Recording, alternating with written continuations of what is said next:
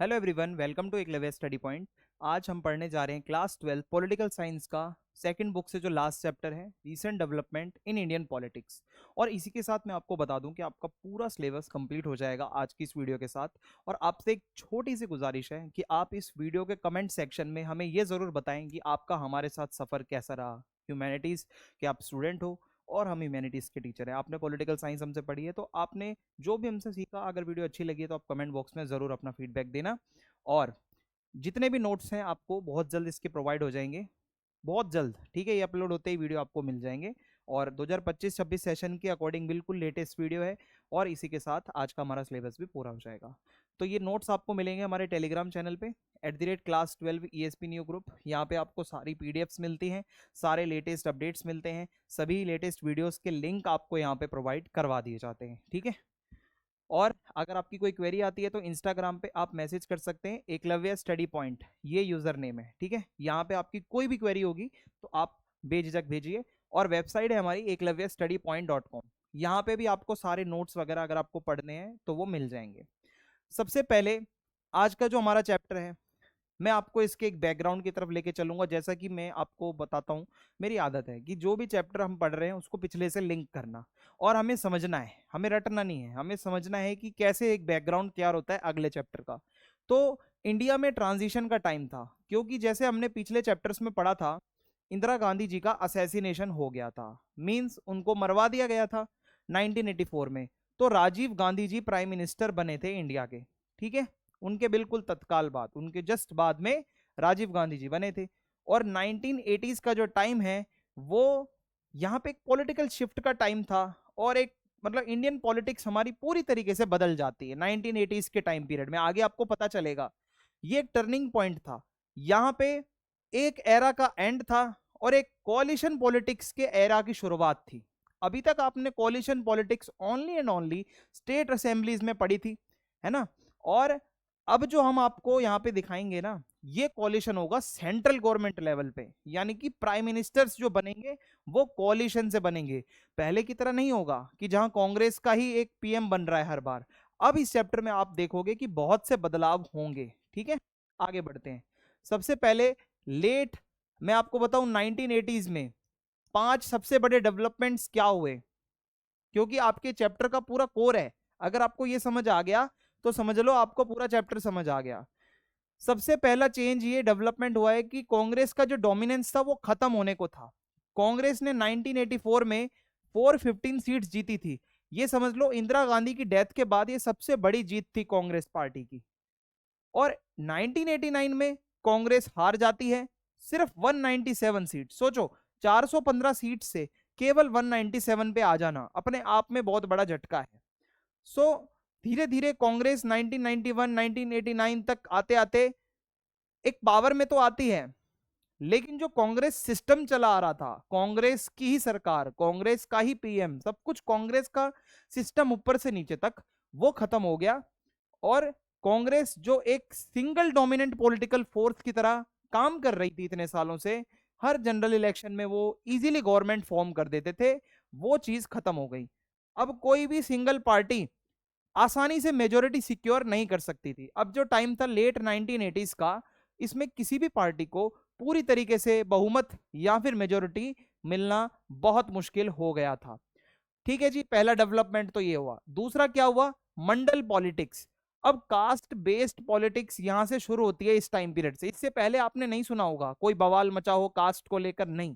लेकिन मंडल कमीशन की एक रिपोर्ट थी, मंडल कमीशन बनाया गया था, और 1990 में ये बातें सामने निकल कर आई। जो ओबीसी जो कास्ट हैं, अदर बैकवर्ड, जो आप मान के चलो जो क्लासेस हैं, ओबीसी कैटेगरी में लोग आते हैं, उनके रिजर्वेशन का मुद्दा आया कि उनको 27% रिजर्वेशन देना है, ठीक है, गवर्नमेंट जॉब्स में। ये पॉलिटिक्स थी कास्ट बेस्ड, क्लास बेस्ड। और इससे क्या हुआ, इंडियन पॉलिटिक्स पूरी बदल गई। अब जो आगे पॉलिटिकल पार्टीज आई वो कास्ट बेस्ड पॉलिटिक्स करने लगी, वो क्लास बेस्ड पॉलिटिक्स करने लगी। अब से पहले ऐसा नहीं होता था, पर जब से ये ओबीसी वाला मुद्दा आया तो धीरे धीरे दलित्स की भी अपनी पॉलिटिकल पार्टीज बनी, अदर बैकवर्ड क्लासेस के लोगों ने भी अपनी पॉलिटिकल पार्टी बनाई जो केवल और केवल ओबीसी के इंटरेस्ट के लिए बात करते थे। तो एक तरीके से जो कास्ट बेस्ड मोबिलाइजेशन है वो शुरू हो गया, ठीक है भाई, दूसरा डेवलपमेंट। तीसरा क्या हुआ, न्यू इकोनॉमिक रिफॉर्म्स। 1991 में हमारे इंडिया के अंदर हमने अपनी इकोनॉमी को बहुत ज्यादा रिफॉर्म करने की कोशिश करी, बहुत बदलने की कोशिश करी इकोनॉमी में। जैसे कि इंडिया ज्यादा इंपोर्ट एक्सपोर्ट पे ध्यान नहीं दे रहा था पहले। अब क्या हुआ, 1991 में इंडिया एक तरीके से लिबरलाइजेशन की तरफ जाता है, प्राइवेटाइजेशन की तरफ जाता है और ग्लोबलाइजेशन की तरफ जाता है, जिसको इन शॉर्ट हम एलपीजी कहते हैं। यानी कि लिबरल रहना, थोड़े खुले विचारों वाला बनना, आप सभी के साथ ट्रेड करो। फिर उसके बाद प्राइवेटाइजेशन, थोड़ा पब्लिक सेक्टर को कम कर कर थोड़ा प्राइवेट लोगों को भी आने देना। एंड ग्लोबलाइजेशन, किस दुनिया के सभी देशों से जुड़ने की कोशिश करना, एक्सपोर्ट इंपोर्ट बढ़ाना, आइडियाज का, गुड्स का मूवमेंट। आपने पढ़ा होगा फर्स्ट चैप्टर के, फर्स्ट बुक के लास्ट चैप्टर में हमने ग्लोबलाइजेशन को बहुत अच्छे से समझा भी था। तो ये जो इकोनॉमिक रिफॉर्म्स थे ना, ये मनमोहन सिंह जी ने किए थे। मतलब उनका मेन आइडिया था कि भाई ये चीज होनी चाहिए, जो हमारे एक्सपीएम थे। तो ये रिफॉर्म्स की वजह से इंडिया बहुत तेजी से ऊपर उठा, ठीक है, एक ट्रेड मार्केट में इंडिया का नाम हो गया। इसी टाइम पीरियड में एक और डेवलपमेंट देखने को मिलता है, हिंदुत्व पॉलिटिक्स। कुछ ऐसी पॉलिटिक्स जो हिंदुत्व से रिलेटेड थी, कुछ ऐसे मुद्दे जो हिंदुत्व से रिलेटेड थे, जिनको पॉलिटिकल बनाया गया। लेट 1980s में हमें भारतीय जनता पार्टी की ग्रोथ देखने को मिलती है, एक ऐसी पार्टी जिसकी आज की डेट में वर्तमान में सरकार है 2025 में। भारतीय जनता पार्टी कहीं ना कहीं, आपको मैं बताऊं, भारतीय जनसंघ से निकला हुआ एक उसका अंश है। पहले भारतीय जनसंघ का नाम आपने सुना था सारे चैप्टर में, बीजेपी का नाम आप पहली बार सुन रहे हो। तो बीजेपी पार्टी यहां तक आ चुकी थी इस टाइम पीरियड तक। और यहाँ पे राम जन्मभूमि जो एक मूवमेंट था कि भाई अयोध्या के अंदर, जो वो आपने सुना होगा कि राम आएंगे, वो जो राम आ गए हैं, अभी जो मंदिर बन गया है, ठीक है, वो इतनी आसानी से नहीं बना है। उसके पीछे भी बहुत ज्यादा लोगों ने अपनी जान दी है, उसके लिए बहुत संघर्ष करा है, तब जाकर आज वो इज्जत के साथ हिंदू अंदर जाते हैं और वहां पर पूजा करते हैं। तो ये भी हमारा एक मुद्दा रहेगा पॉलिटिक्स का इस चैप्टर के अंदर। और मैं आपको बता दूं, सेंसिटिव मुद्दा जरूर है, लेकिन भाई चैप्टर का अंश है तो हमें पढ़ना भी पड़ेगा। और अगर सुप्रीम कोर्ट ने उसको बोला है कि हाँ वो सही है, तो हमारा भी काम है कि उसको हम सही बताएं। अगर इससे किसी के सेंटिमेंट हर्ट्स होते हैं तो उससे भाई हम आपसे पहले ही माफी चाहते हैं, लेकिन जो सच्चाई है वो हम यहाँ पे डिस्कस करेंगे, ठीक है, एनसीईआरटी के अंदर जो लिखा हुआ है। आगे बढ़ते हैं, क्योंकि बहुत लोग कमेंट में कहते भी हैं कि भाई कभी कभी हम बायस्ड हो जाते हैं, लेकिन वो बायसनेस नहीं होते, वो रियलिटी होती है। New era of कोalition governments. अब यहाँ पे एक चीज देखने को मिल रही थी, जैसा कि मैंने पीछे डिस्कस किया, कि कोalition गवर्नमेंट अब यहाँ पर आनी शुरू हो गई थी, क्योंकि 1989 से किसी एक अकेले पार्टी को मेजोरिटी मिलना बहुत मुश्किल हो गया था, कि एक ही पार्टी को उसका डोमिनेंस इतना हो जाए कि वो उसको किसी की जरूरत ही ना पड़े मेजोरिटी के लिए या गवर्नमेंट फॉर्मेशन के लिए। सो नेशनल पॉलिटिक्स के अंदर हमें कोalition का ये नेचर देखने को मिलता है, अलायंस बनने लगे। जैसे फॉर एग्जांपल 1989 में नेशनल फ्रंट बना, फिर 1996 में यूनाइटेड फ्रंट बना, 1998 में एनडीए, और 2004 में यूपीए।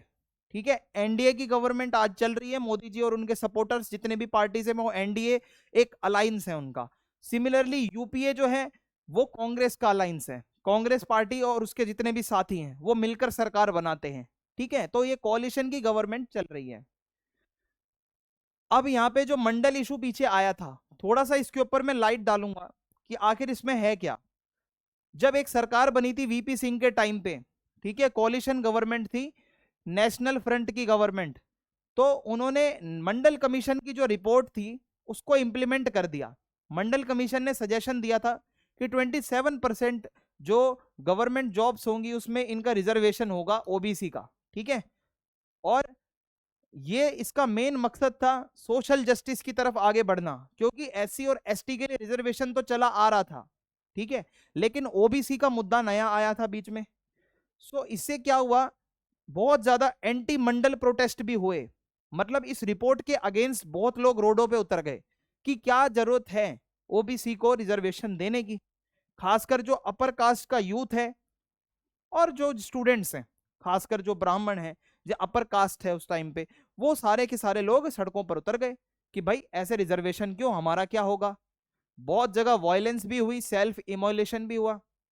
द मंडल इशू, ये मंडल इशू की वजह से हमारी इंडियन सोसाइटी और पॉलिटिक्स को डिवाइड कर दिया।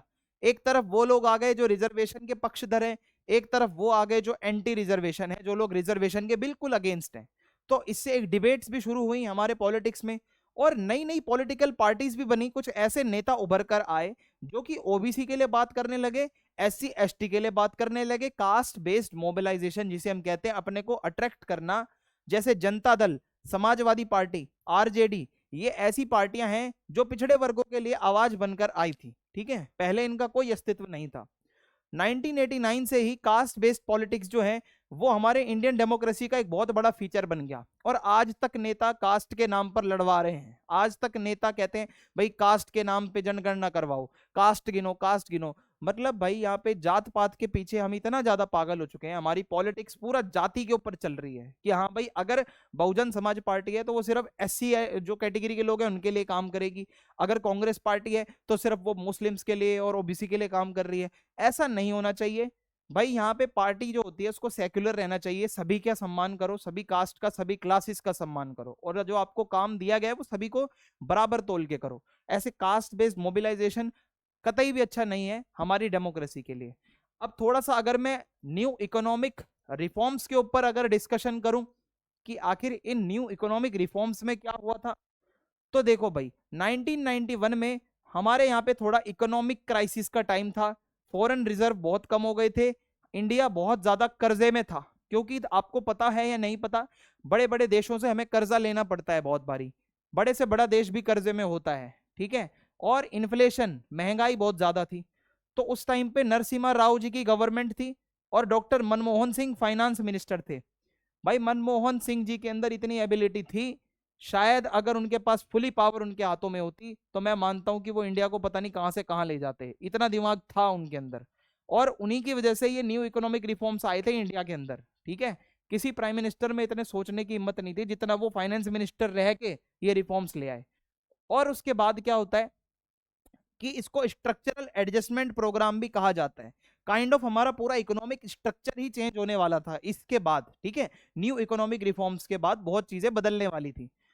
तो इस न्यू इकोनॉमिक रिफॉर्म्स में तीन बातें थी मेनली, जो मैंने आपको पीछे भी ब्रीफ किया था, बार बार मैं आपको बता रहा हूं कि एक तो लिबरलाइजेशन, प्राइवेटाइजेशन, ग्लोबलाइजेशन। लिबरलाइजेशन का मतलब होता है गवर्नमेंट का कंट्रोल कम करना, थोड़ा गवर्नमेंट इंटरफेयर कम करेगी। और प्राइवेटाइजेशन का मतलब होता है कि भाई सरकारी चीजें, कुछ सर्विसेज ऐसी होंगी जो प्राइवेट हाथों में चली जाएंगी, सरकार थोड़ा अपना जो है सेक्टर कम करके प्राइवेट लोगों को ज्यादा आगे बढ़ने देगी। और ग्लोबलाइजेशन का मतलब होता है इंडिया की इकोनॉमी को वर्ल्ड ट्रेड के लिए ओपन करना, मींस ओपन डोर इकोनॉमी बनाना, खुद को ओपन डोर पॉलिसी की तरफ जाना। अगर कोई हमारे यहाँ पे ट्रेड करने आना चाहता है तो उसको आने देना, अगर हमें कहीं पे जाके ट्रेड करना है तो हम भी ट्रेड करें। सो एक नेहरू जी का जो मॉडल था वो सोशलिस्ट मॉडल था। नेहरू जी मानते थे किसी के साथ ज्यादा इतना नहीं घुसना। लेकिन अब जो आगे की गवर्नमेंट्स आई वो सोशलिज्म से हटकर थोड़ा कैपिटलिज्म की तरफ जाने लगी। ठीक है, सो इससे क्या हुआ, थोड़ा क्रिटिसाइज तो मतलब बहुत लोगों ने किया कि भाई इससे गरीब लोगों का बहुत बुरा होगा, सब कुछ प्राइवेट हो जाएगा तो जो एक सोशल वेलफेयर की जो व्यवस्था है वो बिगड़ जाएगी। लेकिन हमारी गवर्नमेंट्स मानी नहीं, हमने ये चीज करी। ओके जी, अब हम चलते हैं अपने अगले टॉपिक की तरफ, वो है the Ram Janmabhoomi movement. Ayodhya का डिस्प्यूट एक ऐसा विवाद, एक ऐसा मसला जो 1 2 10 20 30 साल नहीं, कई सौ साल पुराना मसला था, जो फाइनली जाके हल हुआ। अयोध्या का डिस्प्यूट था बाबरी मस्जिद के ऊपर। क्या वहां पे बाबरी मस्जिद है या वहां पे राम मंदिर था, ये मेन इशू का टॉपिक था यहाँ पे। ठीक है भाई, और एक नेशनल पॉलिटिकल इशू बन गया। बीजेपी, विश्व हिंदू परिषद, आरएसएस, या फिर आप कह सकते हो राष्ट्रीय स्वयंसेवक संघ, ये मेनली ऐसे ऑर्गेनाइजेशंस और पॉलिटिकल पार्टीज थे जो कि इस मुद्दे में लीड कर रहे थे। और ये चाहते थे कि जो राम लला है, जो भगवान श्री राम है, उन्हीं का मंदिर यहाँ पे बनेगा, क्योंकि वो उनकी जन्मभूमि है अयोध्या। यहाँ पे कोई बाबरी मस्जिद नहीं था। बाबर वगैरह ये जितने भी लोग हैं ये सारे मुगल्स हैं, ये बाद में आए हैं। हमारे भगवान श्री राम हमारे आराध्य हैं, वो बहुत पहले से हैं यहाँ पे। ठीक है, तो ये मुद्दा था। तो राम टेम्पल मूवमेंट जो था, इससे हमारी इंडियन पॉलिटिक्स का भी नेचर बदल गया। रिलीजन हमारे पॉलिटिक्स में एंटर कर जाता है इस मुद्दे के बाद। अब जो पार्टियां आती हैं उनको पता है मेजोरिटी में हिंदू हैं, अगर हम कोई ऐसा अच्छा काम कर देंगे जिनसे हिंदू खुश हो जाएं तो ऑटोमेटिकली वो सारा का सारा वोट बैंक हमारा। ठीक है, तो ये भी एक पॉलिटिक्स के अंदर एक पॉइंट ऐड हो गया कि रिलीजियस सेंटिमेंट्स को देखना कि अगर आपको दिख रहा है मेजोरिटी में ये पॉपुलेशन है, तो भाई कोई ना कोई ऐसा काम करवा ही दो जिससे कि वो सारे के सारे लोग आपके सपोर्ट में आ जाएं। और भाई आना भी चाहिए, अगर आप अच्छा काम करोगे तो लोग क्यों नहीं आपको सपोर्ट करेंगे। क्योंकि भाई अगर हिंदुओं का मंदिर तोड़कर वहां पे मस्जिद बनेगा और अगर कोई सरकार उसको मुद्दे को उठाएगी और हिंदुओं के सेंटिमेंट्स उनसे जुड़े हुए हैं, तो वो जरूर भाई उनको वोट भी देंगे, क्योंकि उनको चाहिए ऐसी सरकार पावर में रहे। सो इससे क्या हुआ, डिबेट भी बहुत हुई हमारे सेक्युलरिज्म को लेकर। वैसे तो हम कहते हैं हम सेक्युलर हैं, सभी धर्मों का सम्मान करते हैं, लेकिन इन मामलों में कुछ पार्टियां सेक्युलर क्यों नहीं रहती, वो प्रो हिंदू क्यों हो जाती हैं, या कुछ पार्टियां ऐसी भी हैं जो प्रो मुस्लिम हो जाती हैं, वो कहती है जी यहाँ पे मस्जिद ही था। तो ये कहीं ना कहीं डिबेट का मुद्दा। फाइनली मैं आपको बताऊं, सुप्रीम कोर्ट ने 2019 में बोला कि भाई राम मंदिर बनाया जाएगा अयोध्या के अंदर। ठीक है, ये श्री राम लला जो हमारे भगवान श्री राम है उन्हीं की जन्मभूमि है। अगर जो मस्जिद आपको बनाना है तो हम आपको उतनी ही जमीन कहीं और अलॉट कर देंगे, आप जाके मस्जिद बनाओ। आपको जगह से मतलब है ना, ये तो है नहीं वहां पे कोई पैदा हुआ था, वहां तो श्री राम लला पैदा हुए थे, तो हमारे लिए तो भाई वही जगह हमारे लिए पवित्र है क्योंकि वहां पे जन्मभूमि है। लेकिन मस्जिद में तो ऐसा कोई कॉन्सेप्ट है ही नहीं जन्मभूमि वाला, तो इसलिए उनको बोला गया हम आपको एक अलग जमीन दे देंगे, अपनी मस्जिद आप वहां पे जाके बना लो। ठीक है, तो अभी मैटर आपको समझाऊंगा, पूरी जजमेंट भी पढ़ के बताऊंगा कि सुप्रीम कोर्ट ने बोला क्या था एग्जैक्टली लाइन टू लाइन। आगे देखो क्या होता है, राजीव गांधी जी का असैसिनेशन भी इसी टाइम पीरियड के आसपास हुआ था 1991 में। सो 21 मई 1991 राजीव गांधी जी को श्रीलंका के मतलब एक सुसाइड बॉम्बर ने असैसिनेट कर दिया था। वो खुद भी मर गई थी और साथ में इनको भी मार दिया। लिट्टे की वो मेंबर थी। ठीक है, इलेक्शन कैंपेनिंग के लिए वो तमिलनाडु गए हुए थे और उसी टाइम पे एक लड़की इनके पास आती है और उसके अंदर बम बंधा हुआ था और वो फट गया, ब्लास्ट हो गया और कई लोगों की जान गई, साथ में इनकी भी जान गई और पूरा देश एकदम शॉक हो गया। 1991 के इलेक्शन में कांग्रेस दोबारा से एक बड़ी पार्टी बन चुकी थी।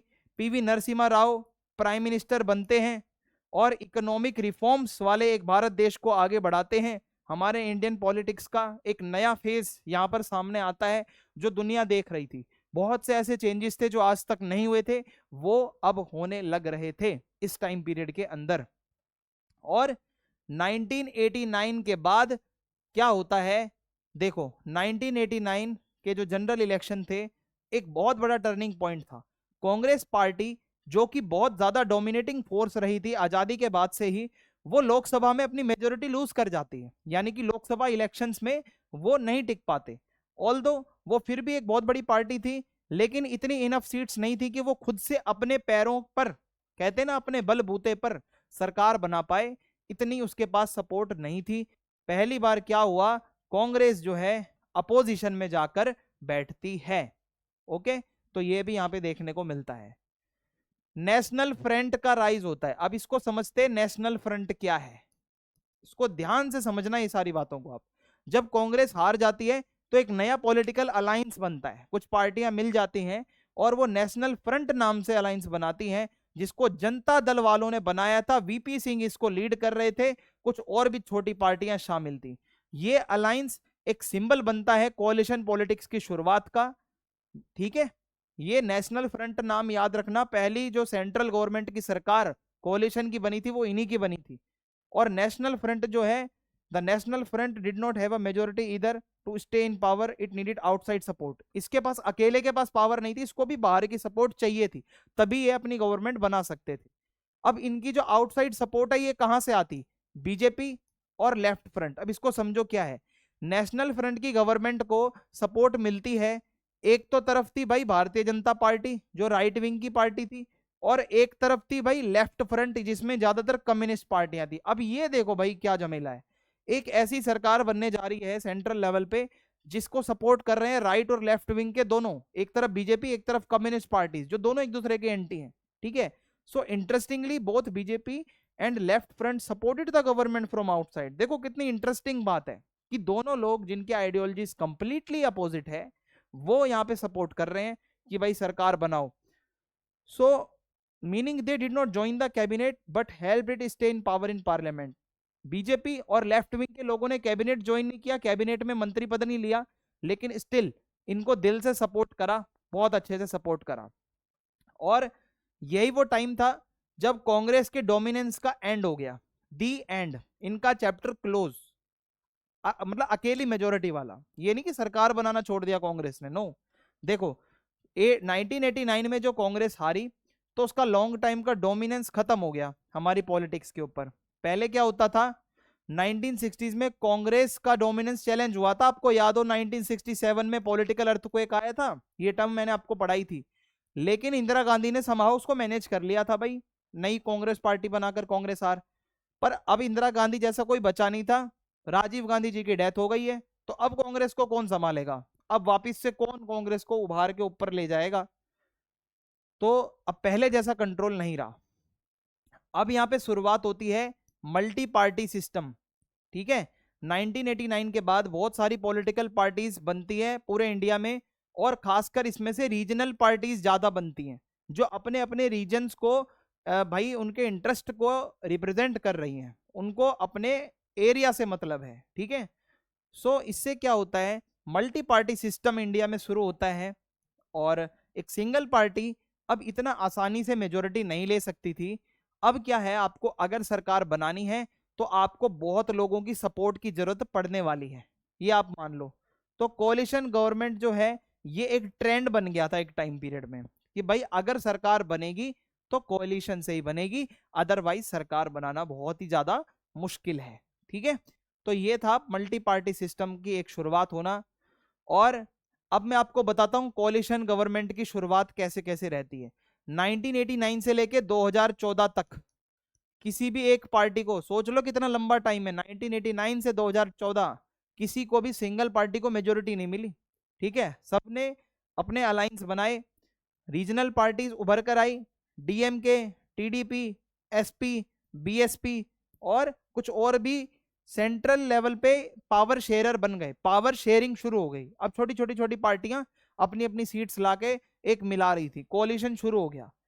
और यही डिसाइड करते थे कि कांग्रेस की सरकार बनेगी या बीजेपी की सरकार बनेगी। इन छोटी पार्टियों को खुश रखना बहुत जरूरी हो गया, ठीक है, बड़ी पार्टियों के लिए, क्योंकि बीजेपी कांग्रेस तो नेशनल लेवल की पार्टी है, पर इनके नाक में दम कर दिया इन छोटी पार्टियों ने। जो रीजनल पार्टीज होती है ना, यही सरकार बनाने में और तोड़ने में बहुत माहिर होती है भाई, ठीक है भाई। अब देखो कांग्रेस को डिपेंड रहना पड़ता है आज भी यूपीए के ऊपर, जो इसका अलायंस है। यूपीए मतलब वो पार्टियां जो कांग्रेस को सपोर्ट करती हैं, और धीरे धीरे इसका डोमिनेंस बहुत ज्यादा डिक्लाइन हो गया, ठीक है। और जैसे जैसे फिर इसको देख के बीजेपी का भी अपना एक ग्रुप खड़ा हो गया, एनडीए। तो ग्रुप दोनों के पास है, अलायंस दोनों के पास है। बीजेपी, अब देखो 2014 तक मैंने आपको कहा था किसी पार्टी को सिंगल मेजोरिटी नहीं मिली थी, ठीक है, यहां तक तो जोड़ तोड़ की सरकार बनती थी। पर 2014 में नरेंद्र मोदी जी ने कमाल कर दिया, भारतीय जनता पार्टी ने फुल मेजोरिटी की सरकार बनाई, पूर्ण बहुमत की सरकार। 2014 में भी 2019 में भी बीजेपी क्लियर मेजोरिटी से जीतती है। और अब यहां पे एक सिंगल पार्टी की मेजोरिटी का रूल वापस शुरू हो गया हमारे इंडियन पॉलिटिक्स में। अब आप ये सोच लो, हो सकता है आने वाले कुछ सालों में आपकी पॉलिटिकल साइंस की तीसरी बुक छपे और उसमें आप भारतीय जनता पार्टी का डोमिनेंस पढ़ो, ये मैं प्रेडिक्ट कर रहा हूं अगले 5 से 10 साल में। क्योंकि अभी तक तो आपने अपनी बुक्स में पढ़ा है कांग्रेस का डोमिनेंस, ठीक है, 30-30 साल तक। लेकिन अब जो सरकार चल रही है ना, इसको भी हटाना इतना मुश्किल, मतलब बहुत ज्यादा टफ काम है। कि 2014 में पूर्ण बहुमत, फिर 2019 में पूर्ण बहुमत, एंड देन उसके बाद दोबारा से 2024 में सरकार बनाना। लेकिन इस बारी कोalition की जरूरत पड़ी, ठीक है, ये आपको बता दूं, ये अपडेट है एक, कि अभी जो करंट गवर्नमेंट है वो कोalition से है, लेकिन है मोदी जी ही प्रधानमंत्री। तो मान के चलो बहुत बड़ी बात होती है 3-3 टर्म तक पीएम रहना, और आगे का भी कोई पता नहीं है। तो ये भी एक तरीके से पॉलिटिकल डोमिनेंस वापस रिटर्न है ना एक पार्टी का, जो एक टाइम पीरियड में कम हो गया था होना, तो वो अब वापस से शुरू हो गया। 1990s में ही हमें यहाँ पे देखने को मिलता है कुछ नई पार्टियां आती हैं जो दलित्स के लिए आवाज उठाती हैं, ओबीसी के लिए आवाज उठाती हैं, अपने रीजनल इंटरेस्ट, अपने क्षेत्र के लिए। साउथ इंडियन पार्टी है तो वो उतने ही एरिया के लिए आवाज उठाएगी जहां की वो पार्टी है, ठीक है। फॉर एग्जाम्पल जैसे बीएसपी है, ठीक है, जिसका सिंबल वो हाथी है, तो वो सिर्फ और सिर्फ दलितों के लिए आवाज उठाती है, मायावती जी की पार्टी। समाजवादी पार्टी है, ओबीसी के लिए ज्यादा आवाज उठाती है। डीएमके, टीडीपी, एआईडीएमके, ठीक है, ये भी रीजनल पार्टी से अपने साउथ इंडिया वगैरह के लिए ज्यादा आवाज उठाती हैं। सो ये अपने क्षेत्र के आवाज उठाने के लिए जानी जाती हैं। और जब से ये पार्टियों की वैल्यू बढ़ी है, तो जो बड़ी बड़ी पार्टियां हैं बीजेपी कांग्रेस, उनको भी इन पे निर्भर रहना पड़ता है, छोटी पार्टियों के ऊपर। इनके बिना सरकारें अब नहीं बनती। अब मैं आपको बताता हूं सेकंड कोalition गवर्नमेंट, यूनाइटेड फ्रंट। पहला था नेशनल फ्रंट, अब है यूनाइटेड फ्रंट। 1996 से 1998, एक बात को आप गौर से देखना, सिर्फ 2 ही साल की सरकार है, होती तो 5 साल के लिए। पर कोalition की गवर्नमेंट ना टिकाऊ नहीं होती, कभी भी किसी का मूड खराब हो गया तो वो अपना सपोर्ट वापस लेगा, सरकार गिर जाएगी। सो 1996 में जो इलेक्शंस हुए थे ना, तो एक भी सिंगल पार्टी नहीं जीत पाई मेजोरिटी के साथ। तो बहुत सारी non Congress non BJP party एक साथ आ गई। उन्होंने क्या करा, एक यूनाइटेड फ्रंट गवर्नमेंट बना दी अपनी। एक तरफ जनता दल और डीएमके टीडीपी एजीपी सारी पार्टियां मिलके यूनाइटेड फ्रंट की गवर्नमेंट बनाती हैं। और ये एक अलग ही नमूना है भाई अब। ठीक है, कांग्रेस ने यूनाइटेड फ्रंट को बाहर से सपोर्ट किया ताकि सत्ता में बीजेपी ना आए। और अर्लियर 1989 में both BJP and left front had supported a non Congress government for the same reason, to stop Congress. अभी आपको याद होगा नेशनल फ्रंट वाले केस में भी यही हुआ था ना, बीजेपी ने आउटसाइड सपोर्ट दिया था ताकि कांग्रेस सत्ता में ना आए। हाउएवर ये कोलिशन अनस्टेबल रहा, 2 साल के अंदर ही सरकार गिर गई। और बहुत टफ होता है भाई, जब इतनी जोड़ तोड़ की सरकारें बनती हैं तो ज्यादा देर चलती नहीं है, ये टिकाऊ नहीं होती। अब बीजेपी का राइज होता है और एनडीए का एरा शुरू होता है। अब क्या होता है, बीजेपी धीरे धीरे धीरे धीरे 1990s के टाइम पर अपनी पावर अपनी जड़ें मजबूत करती है और 1996 के इलेक्शंस में बहुत बड़ी पार्टी बन के उभरती है और एक छोटी सरकार बनती है सिर्फ 13 दिनों के लिए।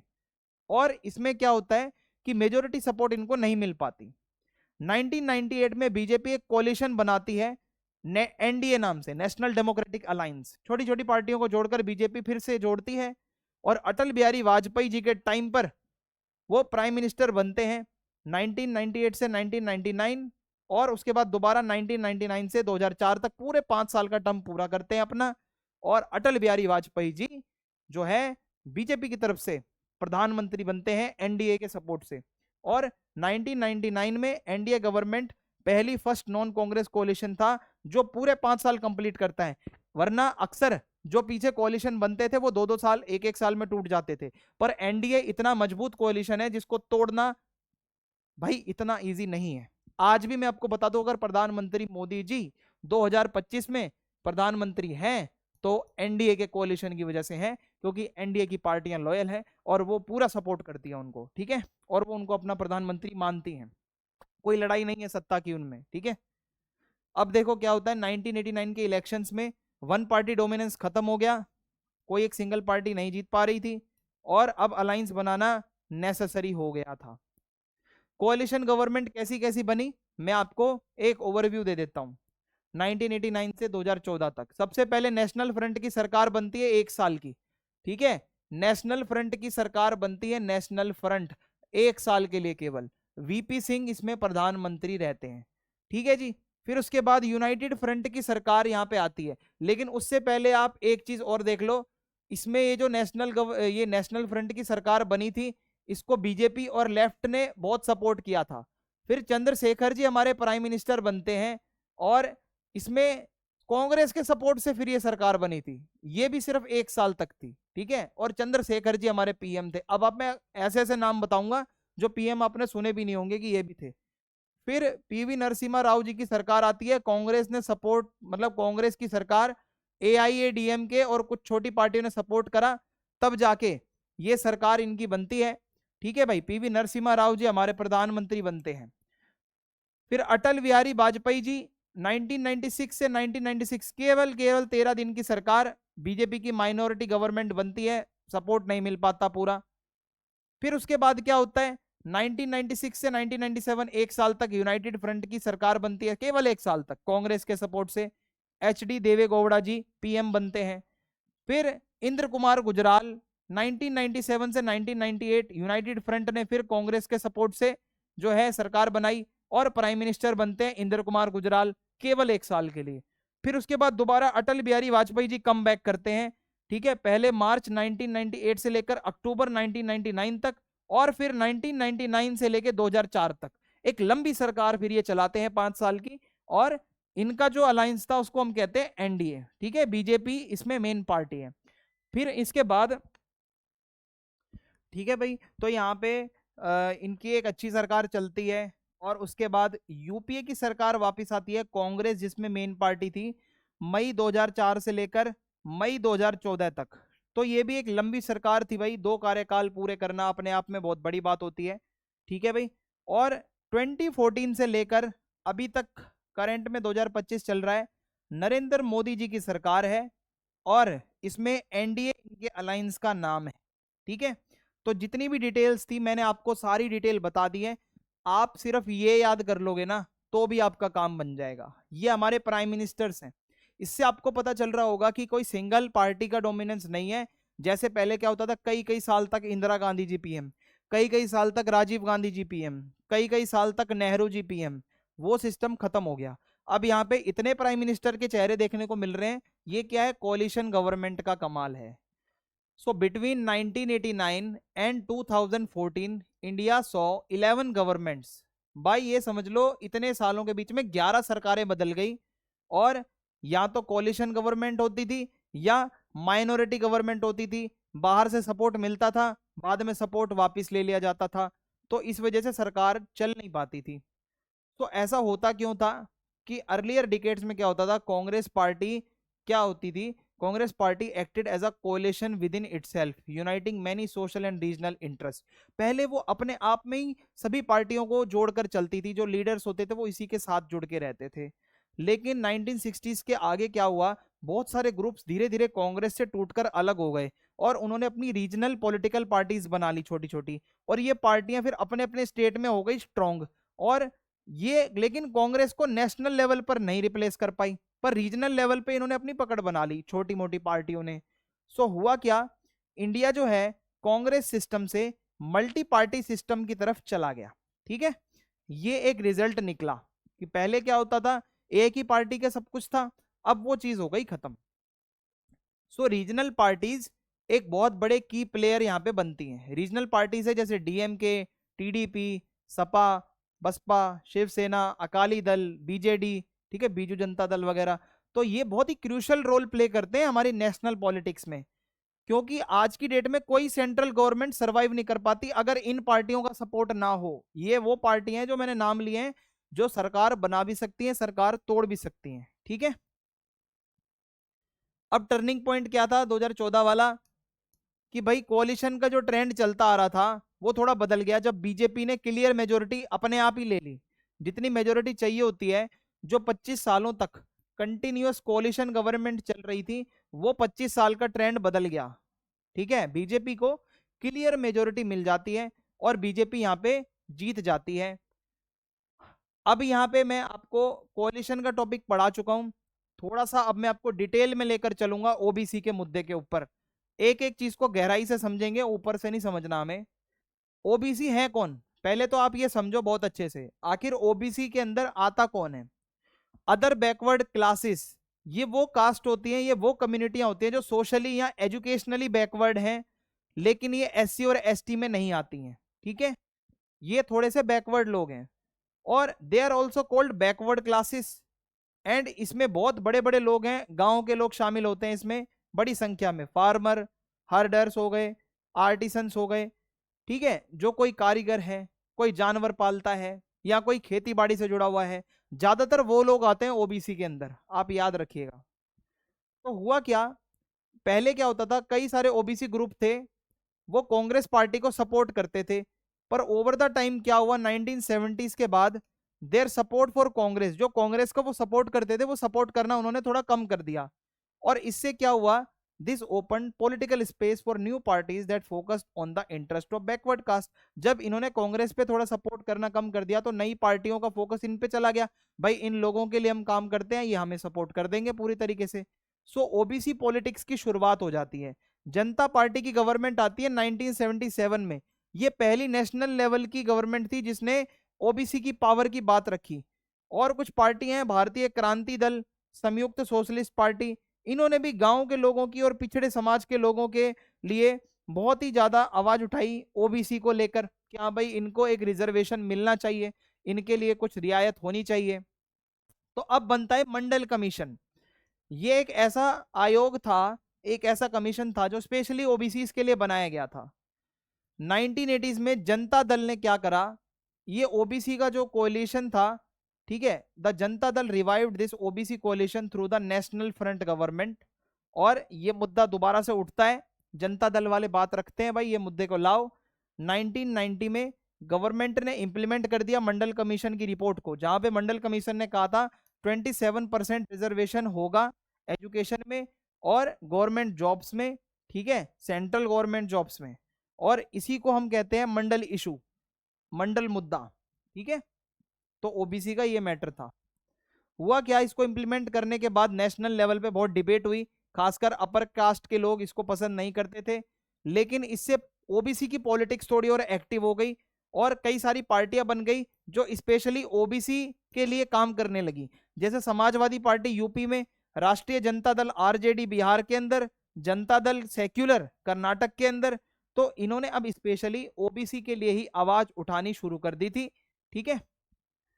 पॉलिटिकल आउटकम क्या निकला इसका, ओबीसी लोगों ने एक अपना पॉलिटिकल रिप्रेजेंटेशन मांगा कि हमें भी सरकार में कुछ रिप्रेजेंटेशन दो, हमें भी एजुकेशन के अंदर रिजर्वेशन चाहिए, हमें भी पावर शेयरिंग में शामिल करो, हमें भी एडमिनिस्ट्रेशन के अंदर शामिल होना है। ये बातें आने लगी और इससे क्या है, इंडियन पॉलिटिक्स का एक सोशल स्ट्रक्चर पूरा चेंज हो गया। जो पहले पावर अपर कास्ट के लोगों के पास ज्यादा थी, अब वो पावर धीरे धीरे बैकवर्ड कास्ट के जो लोग हैं उनको भी लीडरशिप चाहिए थी, उनको भी चाहिए था भाई हम भी किसी को रिप्रेजेंट करें, हम भी थोड़ा सा शामिल हों। तो हुआ क्या, राइज ऑफ दलित पॉलिटिक्स 1980 से लेकर और 1990s के बीच में हमें देखने को मिलता है दलित कम्युनिटी, जो एससी जो कास्ट के लोग होते हैं, उन्होंने अपने को ऑर्गेनाइज करना शुरू कर दिया पॉलिटिकली। अब एससी कैटेगरी के ज्यादातर लोगों ने बोला हम एक हो जाते हैं और अपना ग्रुप बनाते हैं। उनको लगता था उनकी सोशल और पॉलिटिकल वॉइस को इग्नोर किया जा रहा है और आजादी के बाद भी उनकी कोई सुनवाई नहीं हो रही है। तो एक नई पॉलिटिकल कॉन्शियसनेस सामने आती है, कई मूवमेंट्स चलाई जाती हैं दलित्स को एम्पावर करने के लिए कि भाई हाँ दलितों एक हो जाओ, सारे एससी एक हो जाओ। तो इसका सबसे पहला स्टेप था बामसेफ नाम से 1978 में एक फेडरेशन बनाना। बामसेफ का मतलब होता है backward and minority communities employees federation. ये बामसेफ बनाया गया था बैकवर्ड कम्युनिटीज के भले के लिए।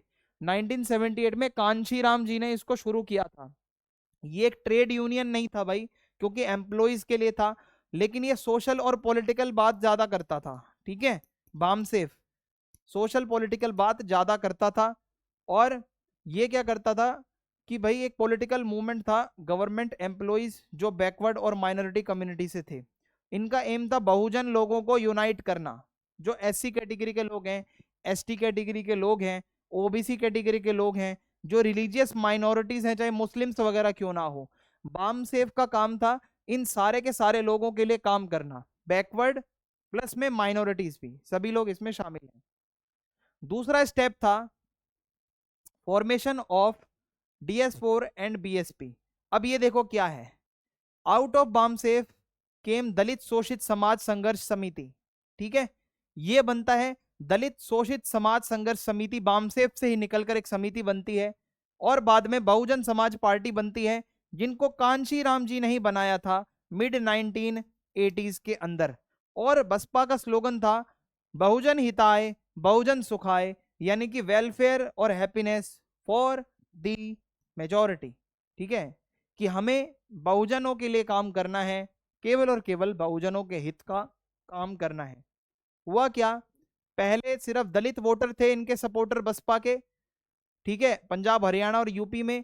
1989 से 1991 के इलेक्शंस में एक यूपी में बहुत बड़ा ब्रेक थ्रू देखने को मिलता है, जब पहली बार आजाद भारत में एक ऐसी पार्टी जो सिर्फ दलितों के द्वारा चलती थी, सपोर्ट सिर्फ दलितों का होता था, उसको एक पॉलिटिकल सक्सेस देखने को मिलती है उत्तर प्रदेश के अंदर।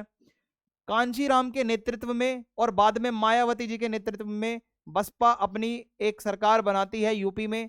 पार्टी की स्ट्रेटेजी थी प्रैग्मेटिक पॉलिटिक्स, यानी कि अलग अलग ग्रुप्स के ऊपर प्रयोजन करना, प्रेगमेटिक एक तरीके से प्रैक्टिकली, मतलब उसको देखना, प्रैक्टिकल्स करने कि हाँ भाई इसको ट्राई कर लो, इनके लिए आवाज उठाओ, इनके लिए आवाज उठाओ, मुस्लिम्स के लिए कुछ कर लो। तो हुआ क्या, जब ये धीरे धीरे सभी की आवाज उठाने लग गए तो इनका तो एक प्रयोग था, पर इनका प्रयोग एक सक्सेस में बदल गया और इन्होंने पावर में आ गए। फिर ये दलित वर्सेस ओबीसी पॉलिटिक्स, अब इसको समझो। दलित पॉलिटिक्स और ओबीसी पॉलिटिक्स दोनों सोशल जस्टिस के लिए ही है ना।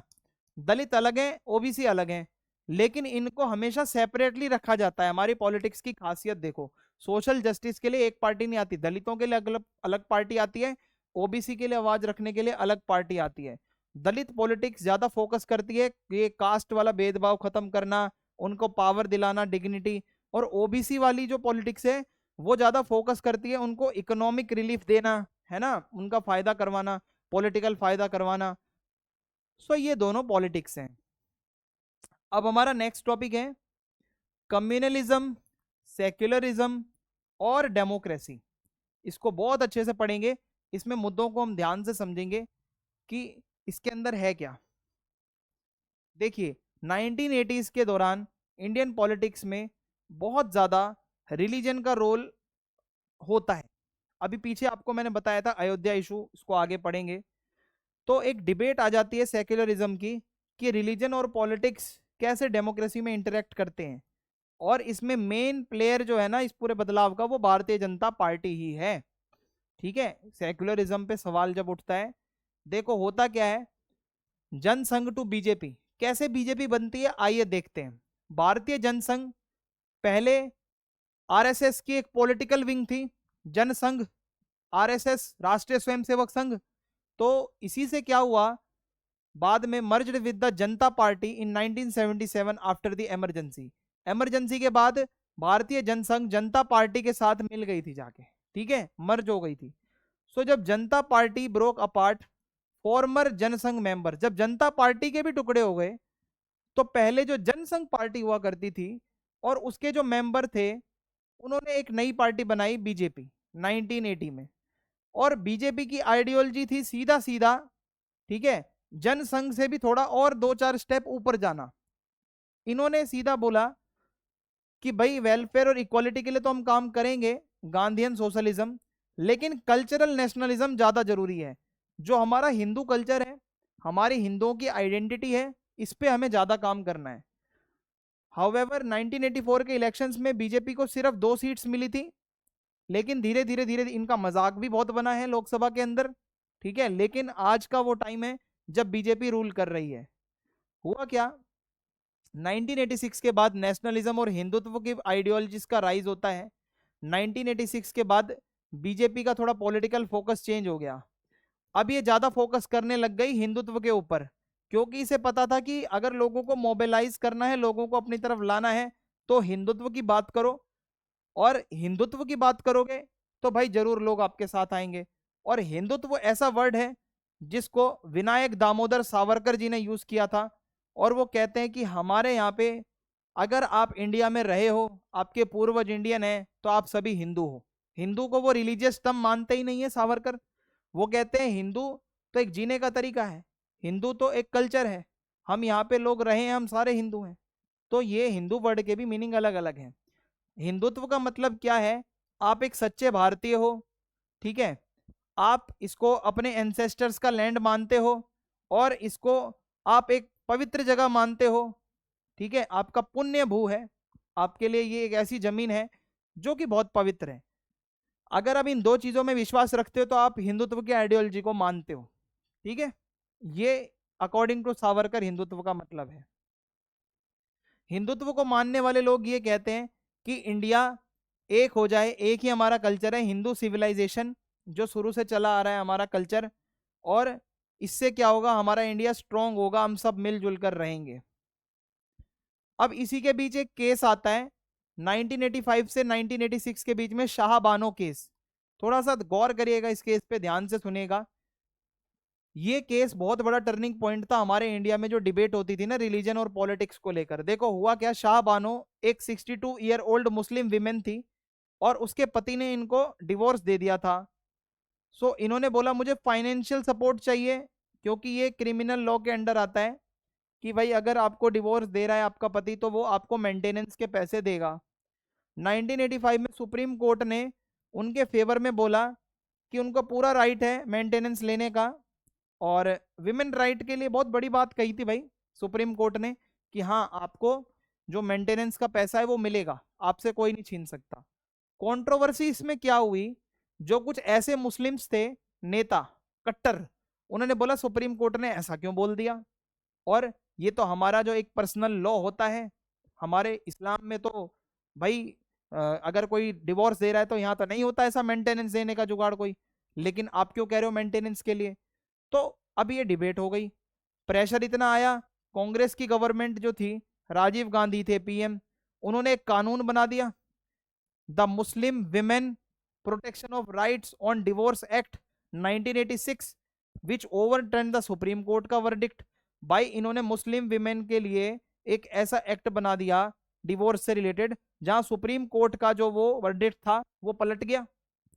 अब ये सोचो ये प्रेशर में आ गए। अब हुआ क्या, बहुत सारी विमेन ऑर्गेनाइजेशन जो और जो लिबरल्स थे वो तो कहते हैं गवर्नमेंट ने यार ये तो बहुत गलत कर दिया मुस्लिम महिलाओं के साथ, ये तो इनको अन्याय हो रहा है अभी तक तो, और ये और अन्याय बढ़ा दिया। राजीव गांधी जी कर क्या रहे हैं, बीजेपी ने तो खुद बोला कि ये तो माइनॉरिटी को आप दबा रहे हो, ठीक है, कि आप कांग्रेस वोट तो ले लेते हो मुस्लिम्स के, पर मुस्लिम महिलाओं के साथ क्या आप ऐसा ही करोगे, उनको मेंटेनेंस नहीं दिलवा सकते। शाहबानो का इशू बीजेपी ने उठाया और खुद को बोला कि हम लेकर आएंगे यूनिफॉर्म नेशनल लॉज, ठीक है, एक हम यूनिफॉर्म सिविल कोड लाएंगे जहां पर ये पर्सनल लॉ वाला सिस्टम खत्म कर देंगे कि इस्लाम के कानून में ऐसा नहीं है, हिंदुओं के कानून में ऐसा नहीं है, हम एक कानून चलाएंगे भारत देश का और उसके अकॉर्डिंग अगर किसी को मेंटेनेंस देना है तो वो मेंटेनेंस देगा। सो इसी से एक डिबेट शुरू हो जाती है कि क्या सभी को हमें इक्वल ट्रीट करना चाहिए या हर धर्म के अलग अलग लॉज चलेंगे। भाई कायदे थे तो ऐसा ही होना चाहिए कि भाई एक ही कानून हो सभी के लिए, हिंदुओं के लिए भी मुस्लिम्स के लिए भी, और बीजेपी इसी के लिए कहती है। ठीक है भाई, अयोध्या का इशू अब हमारा अगला टॉपिक है और इसमें हम थोड़ा गहराई से जानेंगे कि अयोध्या के इशू में आखिर है क्या, थोड़ा गहराई से जाएंगे इसमें हम। अयोध्या का डिस्प्यूट है कि ये इसका ओनर कौन है। यूपी के अंदर अयोध्या है माना जाता है और है भी, लॉर्ड श्री राम जी की जन्मभूमि है, ठीक है, और अब इसके ऊपर राइट किसका है ये मुद्दा था।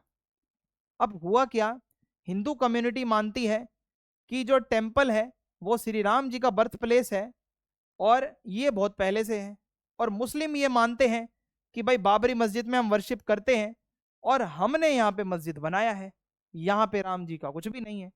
तो अब ये इन दोनों का मेन इशू है। अब थोड़ा पीछे जाओ, 1528 में 3 डोम्ड स्ट्रक्चर, देखो भाई 3 गुंबद है इसमें, गुंबद नंबर 1, गुंबद नंबर 2 और गुंबद नंबर 3, 3 डोम्स बने हुए हैं। ये पूरा स्ट्रक्चर जो था ये मुगल एम्परर बाबर के टाइम पे बनवाया गया था और इसीलिए इसको बाबरी मस्जिद कहा जाता है। थोड़ा ध्यान से सुनना, बहुत लोग मानते हैं कि राम मंदिर यहाँ पे हुआ करता था उसको तोड़कर इन्होंने यहाँ पे मस्जिद बनाया है। और इवन जो लखनऊ के गजटर्स हैं, ठीक है, बाराबंकी के और फैजाबाद डिस्ट्रिक्ट के, record long standing conflict over this site. हर इतने इतने सेंचुरीज तक इन गजटर्स वगैरह में भी हर जगह पे ये कॉन्फ्लिक्ट दिखता रहा है। जो मस्जिद की दीवारें हैं और पिलर हैं वहां पर हिंदुओं के सिंबल बने हुए हैं। अब आप ध्यान से सुनना, हिंदुओं के सिंबल बने हुए हैं वहां की दीवारों पर, कार्विंग्स हैं, जो कि हिंदुओं के क्लेम को मजबूती देता है। भाई हिंदुओं के सिंबल का मस्जिद में क्या रोल है भाई, कलश बना हुआ है या फिर कोई आप कह सकते हो स्वास्तिक बना हुआ है, ओम बना हुआ है, घंटियां बनी हुई हैं, इसका मस्जिद में क्या रोल है भाई, अगर आपकी मस्जिद है तो ये बातें आई निकल कर। सो ये एक रिलीजियस इशू नहीं था सिर्फ, ये नेशनल और कल्चरल प्राइड का इशू था, क्योंकि हमारी एक पुरानी सिविलाइजेशन है हिंदुओं की, और अगर उसके ऊपर कोई गलत करेगा वो भी बाहर का, ठीक है, बाबर इंडिया का थोड़ी था, वो तो बाहर से आया था, बाहर से आकर हमारा स्ट्रक्चर तोड़कर, और आज उसके मानने वाले लोग कहते हैं कि भाई हमारा मॉस्क है। तो ऐसे में भाई देखो सुप्रीम कोर्ट तो बात करेगा जो जायज होगी, ठीक है, वहां पे प्रूफ देखे जाएंगे, बातों से थोड़ी कुछ होता है, सेंटीमेंट्स नहीं चलते सुप्रीम कोर्ट में भाई। सुप्रीम कोर्ट में देखा जाएगा एक लीगल डिस्प्यूट शुरू होता है 1949 में, दिसंबर 1949 में। Idols of lord Ram were placed inside the disputed structure. अब विवादित जमीन के ऊपर अंदर जाकर भगवान श्री राम की मूर्ति को रखा गया, ओके, दिसंबर 1949 में। और ये मूर्ति रखने से फिर विवाद शुरू हो गया, गवर्नमेंट ने इस साइट को सील कर दिया और ये मामला कोर्ट चला गया, और यहीं से ये लीगल मैटर शुरू होता है। 1500 सदी मतलब 1500 सेंचुरी का मैटर ये जाकर 1949 में जाकर लीगली शुरू हुआ था, लीगल डिस्प्यूट बना था। हुआ क्या, 1986 में कोर्ट का ऑर्डर आया, फैजाबाद डिस्ट्रिक्ट कोर्ट, ठीक है, अब अयोध्या कोर्ट ऑर्डर करती है कि भाई जो लॉक्ड गेट्स हैं उसको खोले जाएं और हिंदू वहां पर पूजा करेंगे। और ये हिंदुओं के लिए बहुत बड़ी जीत थी भाई, उनको पूजा करने की परमिशन मिल गई।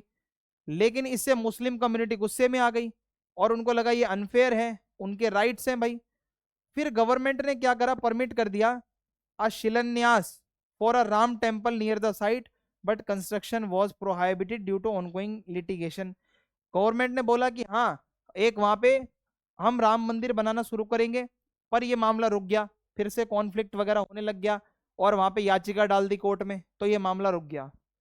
1980 से लेकर अर्ली 19 तक बहुत ज्यादा टेंशन रही, पॉलिटिकल इशू बन गया, बहुत लोगों ने तो इसको पॉलिटिकल मैटर बनाया। हिंदू मुस्लिम दोनों चाहते थे भाई हमारे साथ न्याय हो। हिंदू चाहते थे कि हमारा राम मंदिर वहीं बनेगा क्योंकि वो रामलला का बर्थ प्लेस है। मुस्लिम चाहते थे कि बाबरी मस्जिद वहीं रहेगी क्योंकि वो हमारा भाई रिलीजियस सेंटर है। सो ग्रेजुअली ये कम्युनल टेंशंस और बढ़ती हैं और पूरे भारत देश में इसको लेकर लड़ाइयां शुरू हो गई। अब भाई 1992 के दिसंबर 6 में इसका डिमोलिशन कर दिया गया। आप देखो ये जो डिस्प्यूटेड मस्जिद है ना, इसको बहुत बड़े क्राउड ने, हिंदुओं ने मिलकर एक रैली आई और इसको तोड़ दिया, डिमोलिश कर दिया सीधा। और इससे पूरे देश भर में दंगे फसाद शुरू हो गए हिंदू और मुस्लिम्स के।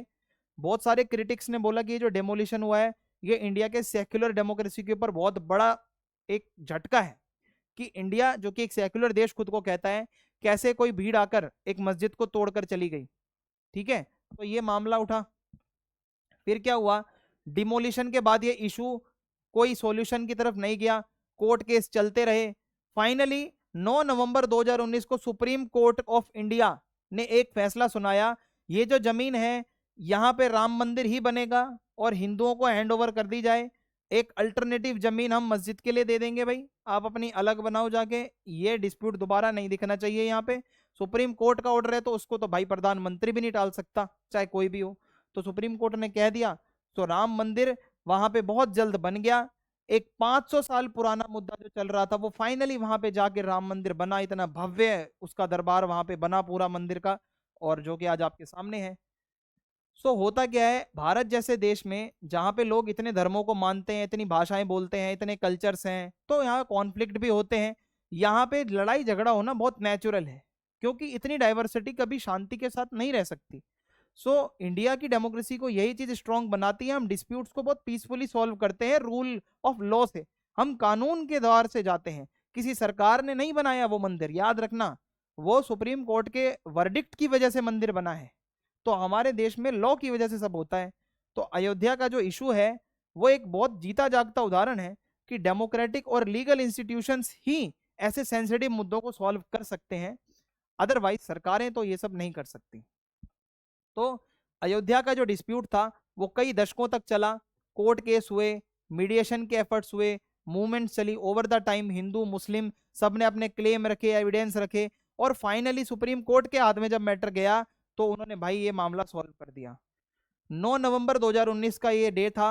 5 जजों की कॉन्स्टिट्यूशनल बेंच थी, 5 जज थे उसमें, और उन्होंने एक वर्डिक्ट सुनाया और जजमेंट थी सीधी सीधी भाई। उन्होंने एविडेंस देखे, आर्कियोलॉजिकल चीजें देखी, हिस्टोरिकल रिकॉर्ड्स देखे, कोई इमोशनल ये फैसला नहीं था, याद रखना। अगर कोई ये कहता है ना कि भाई हिंदू ज्यादा रहते हैं इस वजह से सुप्रीम कोर्ट ने ये बोला था कि मंदिर बनेगा, नो, सुप्रीम कोर्ट ने डिटेल में आर्कियोलॉजिकल एविडेंस देखे, जो खुदाई हुई है, जो दीवारों में कार्विंग्स हैं, जो वहां पे चीजें प्रूफ निकले हैं, और उसको अच्छे से एनालाइज करके, ना तो पॉलिटिकल प्रेशर था ना कोई इमोशनल यहाँ पे प्रेशर था, सीधा डिसीजन लिया कि जो डिस्प्यूटेड साइट है वो श्री राम जन्मभूमि तीर्थ क्षेत्र ट्रस्ट को दे दी जाएगी और यहाँ राम मंदिर बनेगा।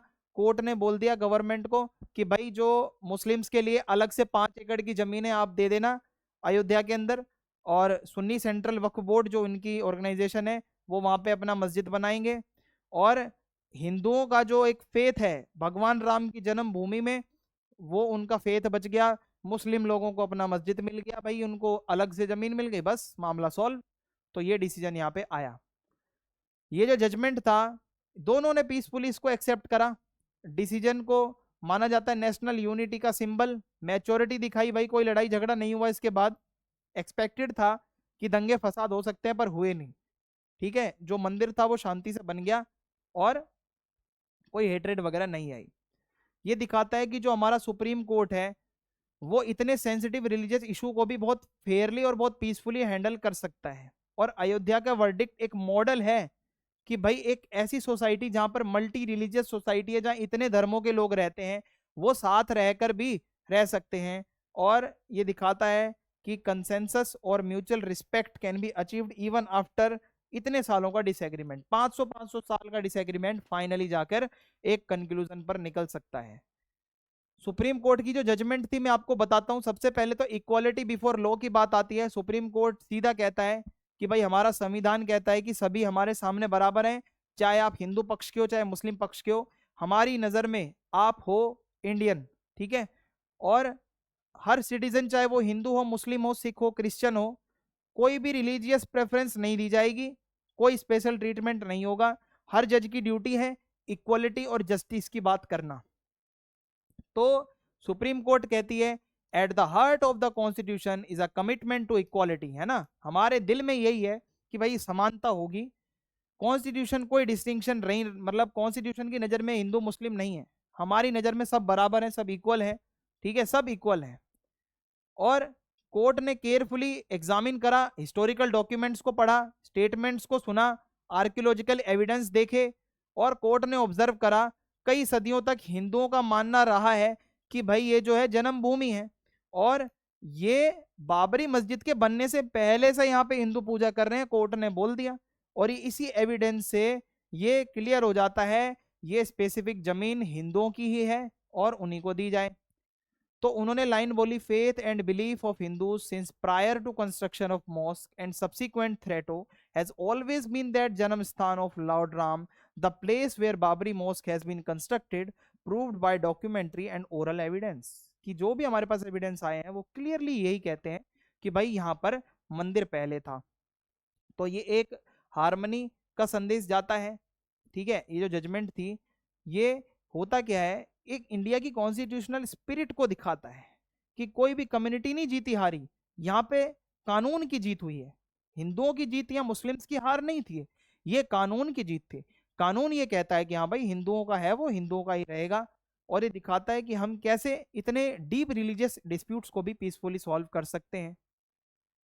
अब अगला टॉपिक है Congress versus BJP tough competition. तो 1984 की बात करें तो कांग्रेस बहुत डोमिनेंट थी, 415 सीट जीत के आती हैं। लेकिन 1989 के बाद कांग्रेस का डोमिनेंस खत्म था, बीजेपी बहुत तेजी से ग्रो करती है, ऊपर जाती है। और 1989 के बाद कंबाइंड वोट शेयर जो था कांग्रेस और बीजेपी का वाज ओवर 50% ज्यादातर इलेक्शंस में। ये दिखाता है कि अब यहाँ पे टू पार्टी का कंपटीशन हो गया था। पहले कोई अकेली पार्टी नहीं थी जो कांग्रेस को सीधा टक्कर देती थी, अब एक टफ कंपटीशन कांग्रेस को देने बीजेपी आ गई है। सो कोalition का ये एरा था, ना तो कांग्रेस ना ही बीजेपी अकेले सरकार बना पा रही थी। गवर्नमेंट या तो यूपीए की आती थी या तो गवर्नमेंट एनडीए की आती थी। रीजनल पार्टीज बहुत मेन यहाँ पे रोल प्ले कर रही थी, जो पूरे चैप्टर में हमने यहाँ पे बहुत अच्छे से देखा। और जनता फैमिली ऑफ पार्टीज जैसे कि JDU, JDS, RJD, BJD and Congress family, INC, NCP, TMC, ये कांग्रेस के भी और जनता पार्टी के भी छोटे छोटे छोटे छोटे बहुत सारे ब्रांचेस बन गए। ठीक है, और नई पार्टियां आ गई, BJP, TDP, AIADMK, DMK, BSP, Sapa. ठीक है, जो इनसे थोड़े बाहर की पार्टियां थी। सो नई पार्टियां भी हमारे इंडिया में आई और ओवर द टाइम सभी पार्टियां कुछ चीजों पर एग्री करती हैं कि भाई डेमोक्रेसी तो होगी देश में, इलेक्शंस भी होंगे तभी पावर में हम आ सकते हैं। कोलिशन पॉलिटिक्स बहुत नॉर्मल चीज है आज की डेट में, ज्यादा हैरान होने की जरूरत नहीं है। और इकोनॉमिक रिफॉर्म्स कंटिन्यू रहने चाहिए, हमारा देश आगे बढ़े, हमारी जीडीपी बढ़े, हम सब इकोनॉमी में ऊपर जाएं। रीजनल और कास्ट बेस्ड पॉलिटिक्स अब हमारी डेमोक्रेसी का एक हिस्सा है, ये सबको पता है। कि हाँ भाई अब कास्ट को लेकर बात होती है। 2004 के इलेक्शंस की बात करें तो यूपीए का राइज देखने को मिलता है। कांग्रेस ने एक अलायंस बनाया, यूपीए के अलायंस के मतलब उसके बैनर के नीचे एक कांग्रेस की गवर्नमेंट बनती है और एनडीए को इसने हरा दिया, बीजेपी के अलायंस को। लेफ्ट फ्रंट की जो पार्टियां थी उन्होंने यूपीए को बाहरी सपोर्ट दी और ये दिखाता है कि जो कांग्रेस वीक थी वो रिवाइव करती है। हुआ क्या कि वोट डिफरेंस बहुत ही कम था और despite the left withdrawing support in 2008, left वालों ने अपनी सपोर्ट वापस ले ली थी 2008 में over the Indo US nuclear deal, क्योंकि अमेरिका के साथ हमारी न्यूक्लियर डील हो गई थी। लेकिन फिर भी यूपीए ने अपने 5 साल का टर्म पूरा किया। तो कांग्रेस का ये जो अलायंस है बहुत स्ट्रांग है। 2009 का इलेक्शन हुआ, फिर यूपीए का रिटर्न होता है, कांग्रेस थोड़ा इंप्रूव करता है, फ्रॉम 145 टू 206 सीट्स, ये सीटें बढ़ जाती हैं। Doctor Manmohan Singh prime minister दोबारा बनते हैं, दूसरी बार यूपीए की सरकार आती है। कांग्रेस लगता है कि हाँ भाई अब वापस आ रही है और अपनी पावर रीगेन कर रही है। फिर 2014 का जब टाइम आता है तो बीजेपी की मेजोरिटी गवर्नमेंट आती है नरेंद्र मोदी जी के टाइम पे। सितंबर 2013 नरेंद्र मोदी जी जो उस टाइम के गुजरात के सीएम थे वो भारतीय जनता पार्टी के प्राइम मिनिस्टर कैंडिडेट बनते हैं। 2014 में बीजेपी 282 सीट्स जीतती है अपने आप अकेले और पहली सिंगल पार्टी बनती है पूरी मेजोरिटी के साथ। 1984 से कोई सिंगल पार्टी नहीं जीती थी, बीजेपी वो पार्टी बनती है। मोदी जी प्राइम मिनिस्टर बनते हैं और एनडीए की गवर्नमेंट बनती है, ठीक है। और एनडीए को मोदी जी ने हमेशा से साथ लेकर चला है, चाहे मेजोरिटी गवर्नमेंट क्यों ना हो, एनडीए हमेशा साथ रहा है। सो ये दिखाता है कि हाँ भाई किस तरीके से ये सब शिफ्ट हुआ है। 2019 के इलेक्शंस की बात करूं तो बीजेपी और स्ट्रांग हो गई, 303 की सीट्स आ गई और बहुत बड़ी विक्ट्री थी ये 2014 से भी। एनडीए फिर पावर में आती है और बीजेपी फुल मेजोरिटी में आती है। अभी भी कोalition चल रहा है, एनडीए की वजह से ही बीजेपी की सरकार कायम है आज भी। और अगर मैं आपको बताऊं पॉलिटिकल कंपटीशन कितना भी बड़ा है, कुछ ऐसी चीजें हैं जो पॉलिटिकल कंसेंसस है, सभी की रजामंदी है। एक तो इकोनॉमिक पॉलिसीज पे सभी एग्री करते हैं, चाहे कोई भी पार्टी हो। एलपीजी का जो विचार है उसको हर कोई स्वागत करता है उसका। बैकवर्ड क्लासेस के राइट्स की बात हो, ओबीसी के लिए या कुछ भी, इनको एजुकेशन में, जॉब्स में, इनको पॉलिटिकल रिप्रेजेंटेशन में रिजर्वेशन मिलना ये कॉमन है, हर कोई इसको एक्सेप्ट करता है। बड़ी बड़ी पार्टियां भी ये इंश्योर करती हैं कि हाँ भाई ओबीसी वालों को भी गवर्नमेंट में कुछ रोल देना है। और role of state level party, जो छोटी पार्टियों का रोल होता है रीजनल लेवल का, वो बढ़ गया है, ये सभी लोग मानते हैं कि हाँ भाई ये बहुत पावरफुल चीजें हैं। और दे अब वो पावर शेयर भी करती हैं सेंट्रल लेवल पे भी। एनडीए की सरकार होती है तो कई मंत्री एक आध तो निकल जाते हैं, ठीक है, इनकी छोटी पार्टियों से। तो अब ये जो नेशनल और स्टेट लेवल की पार्टियों वाली लाइन है वो थोड़ी थोड़ी अब कम हो रही है, क्योंकि अब छोटी पार्टियां ही नेशनल लेवल पे, सेंट्रल लेवल पे सरकारें बनवाती हैं। और अब क्या है, आइडियोलॉजिकल चीजें थोड़ी साइड हटकर अब हर सरकार प्रेगमेटिज्म की तरफ जा रही है, प्रयोग कर रही है कुछ नया कुछ नया, ठीक है। अब जो है प्रैक्टिकल ज्यादा हो गई हैं सरकारें, आइडियोलॉजिकल कम। पार्टीज अब अलायंस बनाती हैं और ज्यादा रिजिड आइडियोलॉजी नहीं रखती, क्योंकि एनडीए के जो अलाइज हैं वो बीजेपी को सपोर्ट करते हैं, क्योंकि वो हिंदुत्व की आइडियोलॉजी में नहीं मानते फिर भी वो उनको सपोर्ट कर रहे हैं। तो ये दिखाता है कि यहाँ छोटी पार्टियां भी शामिल रहती हैं अब। और इसका मतलब है इंडिया की अब जो पॉलिटिक्स है वो बहुत कॉम्पिटिटिव है लेकिन कोऑपरेटिव है, लोग साथ रहते हैं। पार्टीज अलग अलग हैं लेकिन जो बेसिक चीजें होती है उस पर सभी लोग साथ रहते हैं। और people movements still push for issues, आज भी कुछ इश्यूज हैं जैसे गरीबी है, रोजगार है, जस्टिस है, जेंडर इक्वालिटी है। सो आज भी इंडिया की डेमोक्रेसी जो है वो इवॉल्व हो रही है, डिबेट्स चलती हैं, डाइवर्सिटी है, लेकिन बातचीत भी होती है, डायलॉग्स भी होते हैं। तो इस तरीके से ये सारी बातें हैं और हमारा चैप्टर खत्म होता है। इसी के साथ हमारा पोल साइंस का सिलेबस भी खत्म है। और अगर वीडियो पसंद आई है तो आप फीडबैक लिखना, वीडियो को लाइक करना, चैनल सब्सक्राइब करें और वीडियो को शेयर करें, बेल आइकन को प्रेस कर दें। जय हिंद, जय भारत।